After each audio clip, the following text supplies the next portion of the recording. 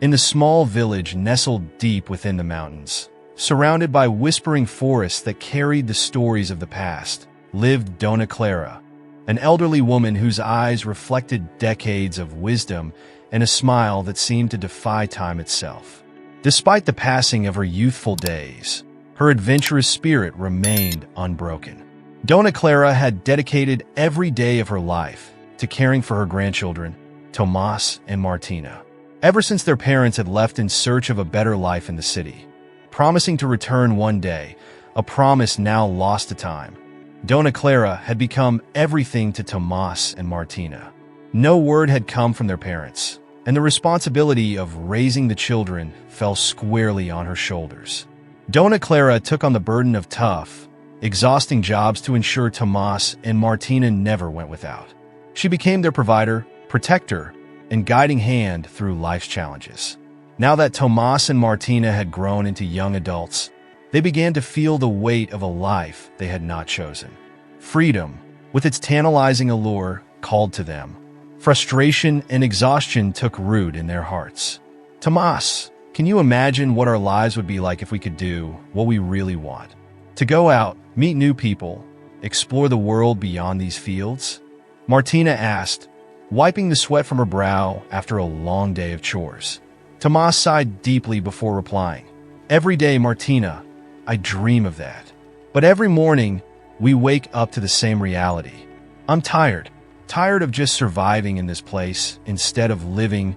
Their small cabin, a place of warmth and care, had become a symbol of restriction to the siblings. The laughter of friends and the sound of music were absent, replaced by the steady rhythm of hard work. Dona Clara, shaped by years of wisdom, believed in teaching them the value of hard work and responsibility. But to the young eyes of Tomas and Martina, each denial from their grandmother felt like another brick in the wall of their personal prison. Grandmother, why can't we have friends over just once? Even just once? Martina asked one evening, trying to break the tension while they helped in the kitchen. Dona Clara's hands, weathered by the battles of time, continued chopping vegetables. Her voice, though firm, betrayed a hint of exhaustion. My darlings, the life I've given you is to protect, not imprison. Everything I do for you, even if you don't understand now. But these words did little to comfort Tomas and Martina. To them, their grandmother's love and care, once a source of solace, had become a chain, keeping them from exploring their own desires and dreams. Resentment quietly grew within them, a silent storm brewing. In their darkest moments, Tomas and Martina began to question not only their grandmother's decisions, but also their parents' abandonment. They wondered if they would ever be free from the shadows of a past they had not chosen. Do you think we'll ever be free, Tomas? Martina whispered one night, gazing out at the stars through her small bedroom window. We will, Martina. Someday we will, Tomas replied, though his voice held more yearning than certainty. As the weight of their situation pressed harder on their hearts, Tomas and Martina's frustration turned into a dark desperation. They devised a grim plan, driven by their yearning for independence. One night, Martina's eyes gleamed with determination as she whispered to her brother, we have to do it, Tomas. It's the only way to start a new life. A life without anyone holding us back. Tomas, feeling a knot tighten in his stomach, nodded slowly. He knew what they were about to do was unthinkable, but the temptation of a life free from restrictions was too great to resist. Yes, Martina. Tomorrow at dawn, we'll tell her we're going on a picnic. We'll take her to the well in the forest. No one will see us. The next morning, as the first light of dawn barely touched the trees, Tomas and Martina approached their grandmother with forced smiles. Grandmother, we thought it would be nice to go on a picnic together. We've all worked so hard. We deserve a break, Martina said, trying to sound enthusiastic. Dona Clara, surprised but touched by the rare gesture, smiled warmly. Of course, my loves. It would be lovely to spend some time together outside the cabin. Unaware of their true intentions, Dona Clara prepared a basket filled with food and drink. Together, they ventured into the forest, where tall trees and long shadows cast an eerie atmosphere. The peacefulness that should have accompanied such a scene was instead filled with tension, thick like a storm cloud overhead. After walking for some time, they arrived at an old, abandoned well covered in moss, a place rarely visited by anyone. "This seems like a good spot to sit, don't you think?" Dona Clara said, her voice tinged with weariness as she began to set down the basket. Martina and Tomas exchanged nervous glances. "Yes, grandmother, this place is perfect," Tomas replied, his voice strained, a tremor betraying his unease. As Dona Clara leaned over to place the basket on the ground, something shifted in the air. Her gaze momentarily clouded, as if sensing something was wrong. "What's the matter, children?" she asked, turning toward them slowly. In an act of desperation and confusion, Tomas and Martina moved closer. Before she could react, they pushed her toward the well. Dona Clara's scream echoed through the forest, a sharp, piercing cry that was quickly swallowed by the deep, dark hole. The silence that followed was suffocating. Tomas and Martina stood motionless, staring at the well, paralyzed by the enormity of what they had just done. The weight of their actions settled on them like a heavy, suffocating blanket. The freedom they had longed for now seemed darker, more twisted than they had ever imagined. The weight of what they had done began to settle upon Tomas and Martina, heavier than any burden they had ever carried. The realization of their irreversible act crashed down on them like a wave, drowning them in guilt. "What have we done?" Martina whispered, her voice trembling as tears welled in her eyes, the full gravity of their actions sinking in. "I don't know, Martina. I don't know," Tomas replied, his voice strained, thick with guilt and fear. The forest, which had always seemed like a quiet sanctuary, now stood as a silent witness to their betrayal, its trees closing in on them as if to judge their crime. Far from finding the freedom they had longed for, Tomas and Martina realized they had entered a prison far worse than the one they had tried to escape, a prison of remorse and regret from which there would be no release. That night, when they returned to the cabin, the silence was deafening. Dona Clara's absence hung over them like a suffocating shadow, pressing down with the unbearable weight of their guilt. "Now what do we do?" Martina asked again, her voice trembling with a mixture of fear and sorrow. "We'll carry on as we planned. We'll try to forget," Tomas said, though his words were filled more with desperation than conviction. But as the days stretched into long, sleepless nights, they found no escape. Every corner of the cabin, every tree in the forest, reminded them of their grandmother. What they had done could not be undone, and the memory of their betrayal haunted them endlessly. Nightmares plagued their sleep, filled with echoes of regret. Their betrayal became their condemnation, and the freedom they had dreamed of became nothing more than a mirage. Instead of the life they had hoped to live, they found themselves tangled in a web of remorse, unable to escape the echoes of their own actions. The well in the forest had swallowed not only Dona Clara but also their hopes, their dreams, and any chance of redemption. Tomas and Martina were left with only one certainty: they would never truly be free. As for Dona Clara, the moment her body struck the cold, unforgiving walls of the well, a sharp pain radiated through her frail frame. Every bone in her aged body seemed to creak under the impact. The dark, damp well became her prison, her physical suffering merging with the far greater pain of betrayal.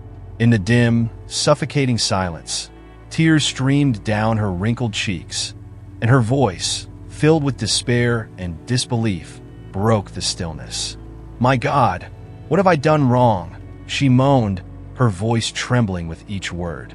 "I have cared for my grandchildren with all the love I had. Have I failed them? Why have they done this to me?" Her voice echoed against the cold, stone walls, a sad, hollow reminder of her solitude.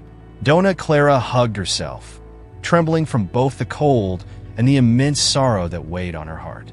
"Lord, if I have failed you, if I have made mistakes, please forgive me," she whispered, her voice barely audible in the well's depths. "I only ever wanted to protect them, to make them strong and happy. What made them think I was their enemy?" The pain in her body was nothing compared to the anguish in her soul. Each movement brought new waves of agony, but nothing tormented her more than the image of Tomas and Martina, her beloved grandchildren, pushing her toward this dark fate. "My children," she sobbed softly. "My poor children, what have they done to you? What have I done to deserve this?" Her voice faltered, breaking with heartbreak. "I always believed that love could save us, but now I am here, abandoned by those I loved most." Desperation filled Dona Clara's cries as she pleaded for someone, anyone, to hear her. "Help, please, help me," she shouted into the abyss, but her cries were swallowed by the well, lost amidst the song of crickets and the whispering wind. Time passed. Hours, maybe days, though Dona Clara could no longer distinguish one from the other. Her body weakened, her hope slowly fading. Her prayers, once full of fervor, grew softer, more resigned. "God, if it is your will, take me with you. I can't go on anymore, but please take care of my grandchildren. Forgive them for what they've done. They are young, and they do not know what they do." With the last of her strength, Dona Clara closed her eyes, surrendering herself to the darkness that surrounded her. In her final moments, she found a small solace, a fleeting sense of peace amidst the pain. The well, now her silent grave, held her story in its depths, while life outside continued, unaware of the tragedy unfolding below. Back at the cabin, the silence was unbearable. Days dragged by, each one heavier than the last. Tomas and Martina, consumed by a constant state of turmoil, teetered on the edge of madness. Guilt gnawed at their minds, and remorse hung over them like a storm cloud, refusing to dissipate. "What have we done, Tomas?" Martina would ask every night, her voice muffled by tears as she soaked her pillow with sobs. "How are we going to live with this?" Tomas, unable to meet her gaze, replied in a broken voice, "I don't know, Martina. I don't know. We thought this would set us free, but now I feel more trapped than ever." Their grandmother's words, once filled with love and care, now haunted them, echoing in their minds. Her devotion, her sacrifices, all irretrievably lost. The freedom they had longed for had become a prison of their own making. Every corner of the cabin, every tree in the forest, reminded them of Dona Clara's absence, of her love now turned into a chain that bound them tighter with each passing day. No matter how hard they tried to forget, memories of her lingered, pulling them deeper into the abyss of guilt and sorrow. Dona Clara, with her gentle spirit, had left an indelible mark on their hearts, one that no amount of time could erase. Their betrayal had become their condemnation, and the freedom they had sought so desperately slipped further from their grasp. But deep within the well, something stirred. Slowly, painfully, Dona Clara opened her eyes. Her body was weak, every bone aching from the fall, but something inside her urged her not to give up. As she fought against despair, a distant memory surfaced in her mind, a secret she had kept for many years. She had explored every corner of those forests in her youth and knew the ancient well better than anyone. It held not only legends and cold waters, but something far more valuable. With tremendous effort, she began to move her hands, feeling the cold, rough stones. Hope flickered, fragile but present, as Dona Clara clung to the possibility that perhaps this well, which had once seemed her tomb, might also hold the key to her survival. Dona Clara's fingers, weak but determined, searched along the cold stone walls of the well for the small crevice she knew was there. Despite the agony that racked her body, her memory guided her hands. After what felt like an eternity, her trembling fingers found what they were looking for, a loose stone. With a prayer of gratitude whispered through cracked lips, she pressed against the stone, and as it gave way, it revealed a hidden passage. "Thank you, Lord, for giving me this chance," Dona Clara murmured, feeling a spark of hope ignite within her weary heart. Mustering the last reserves of her strength, she slid into the narrow opening, her frail body protesting with every movement. The pain was a constant reminder of her suffering, but her resolve was stronger. She had to survive for her grandchildren, for the legacy she wanted to leave behind. Slowly, painfully, she crawled through the narrow passage. Time seemed to stretch as she made her way forward. But finally, after what felt like an eternity, Dona Clara reached a secret chamber hidden beneath the earth. It was a place she had discovered many years ago during one of her explorations in the forest, a place she had kept secret from everyone.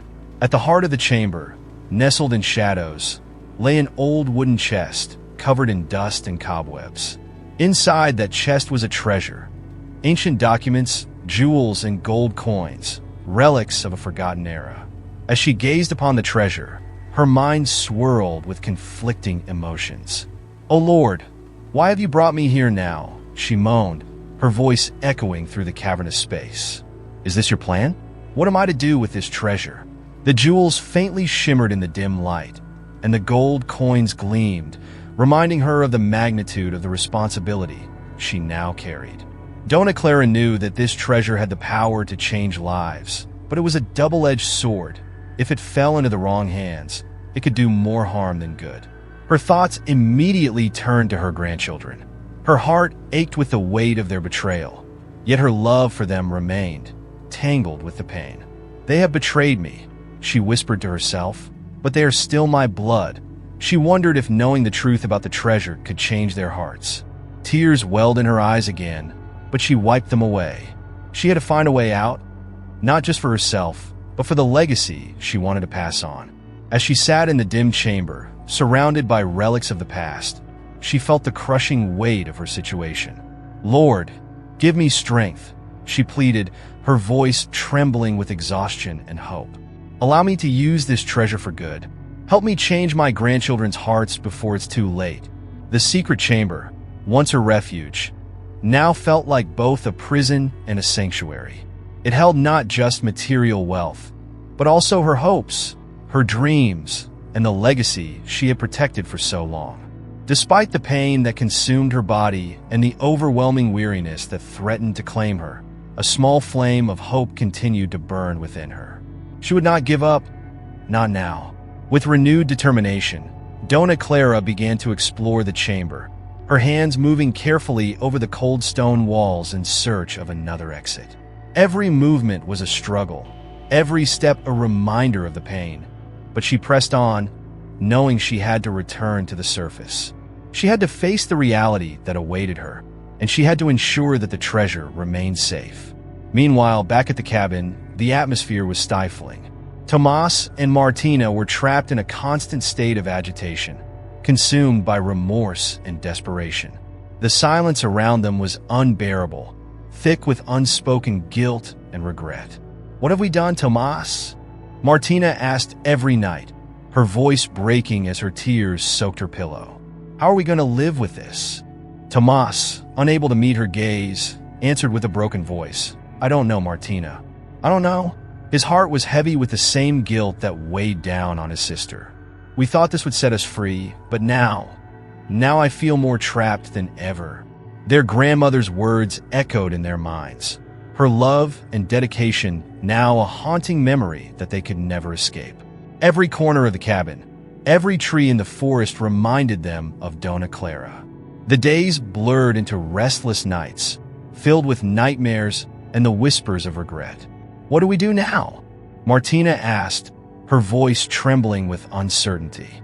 "We'll try to move forward as we planned," Tomas replied, though the desperation in his voice betrayed his lack of belief. "We'll try to forget." But every attempt to forget only brought back more memories.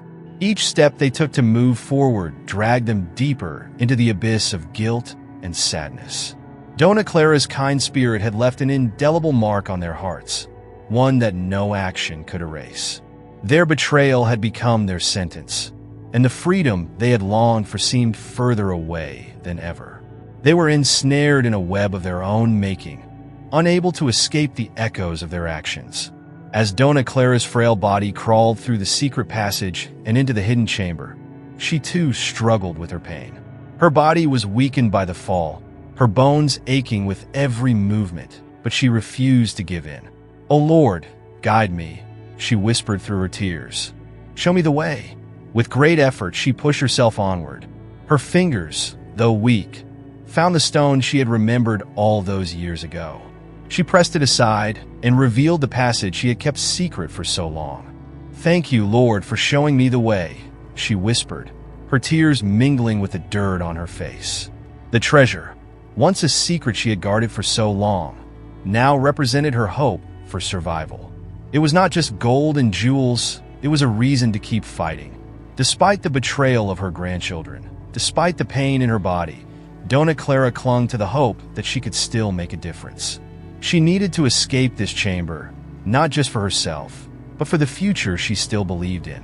After gathering her strength, she began to search for a way out of the chamber, her determination renewed. She knew she had to survive. She had to confront her grandchildren and show them the consequences of their actions. Hours later, exhausted but not defeated, Dona Clara emerged from the forest. Her fear had been replaced by unwavering determination. She needed help, someone she could trust.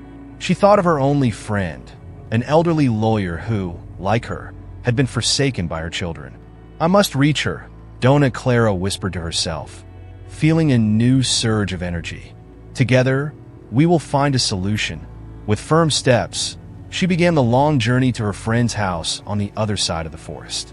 When she arrived, she gently knocked on the door. Moments later, the elderly lawyer opened it, her eyes widening in surprise. Surprised but relieved to see her, the elderly lawyer exclaimed, "Clara, what happened to you?" Her eyes widened at the sight of her friend's disheveled and exhausted appearance. Dona Clara, tears welling in her eyes, replied, "I need your help. My grandchildren, they tried to get rid of me, but God saved me. Please, you have to listen." Her voice quivered with emotion. Understanding the gravity of the situation, the lawyer gently guided her friend inside. They sat together in the living room, where Dona Clara recounted everything. The cruel plan her grandchildren had devised, her harrowing escape through the hidden passage, and the secret treasure she had kept hidden for so many years. The elderly lawyer listened intently, her face growing more serious with each passing detail. "Clara, this is very serious," the lawyer finally said, her voice filled with concern. "We need to think carefully about how to proceed. But first, you need to rest. You'll stay here with me for a few days, and together, we'll decide what to do." Over the following days, the two women shared their sorrows, bonding over stories of betrayal and abandonment. Their pain became a shared burden, but Dona Clara found strength in her friend's presence. Together, they began formulating a plan, not for revenge, but for a lesson that would change Tomas and Martina's lives forever.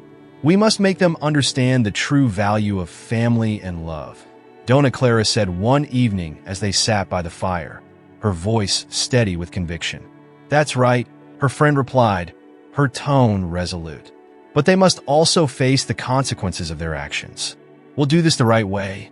With a renewed sense of purpose, Dona Clara began preparing to return to the place where it all began. She knew it wouldn't be easy, but she was ready to confront her grandchildren.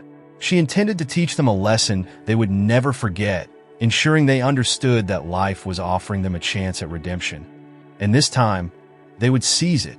Meanwhile, Tomas and Martina were prematurely celebrating their newfound freedom, convinced that their plan had succeeded.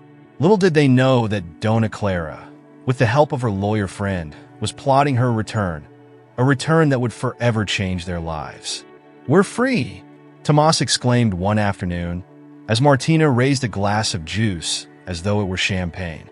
"No more working in the fields or following strict rules." Martina laughed, the relief in her voice unmistakable. "Everything is ours now," she said, her eyes gleaming with excitement. While they dreamed of a life without restrictions, Dona Clara and her lawyer friend tirelessly worked behind the scenes. Together, they orchestrated a family gathering under the guise of reading Dona Clara's final will. Invitations were sent out to close relatives and friends, and on the appointed day, the lawyer's house buzzed with curiosity and anticipation. Tomas and Martina arrived confidently, fully convinced that their grandmother was no longer a problem. "Why have we all been called here?" Tomas asked a distant cousin, his voice casual. "They're going to read Grandma's will," The cousin replied with a shrug. Must be something important. Just then, the doors swung open, and there, standing in the doorway, was Dona Clara, alive and resolute. She walked slowly into the room, supported by her lawyer and flanked by policemen. The expressions on Tomas and Martina's faces transformed from confidence to sheer horror. "Grandma? What are you doing here?" Martina stammered, unable to believe her eyes. "This can't be happening," Tomas muttered, his voice shaky. He took a step back, his face pale with disbelief. "You shouldn't be here."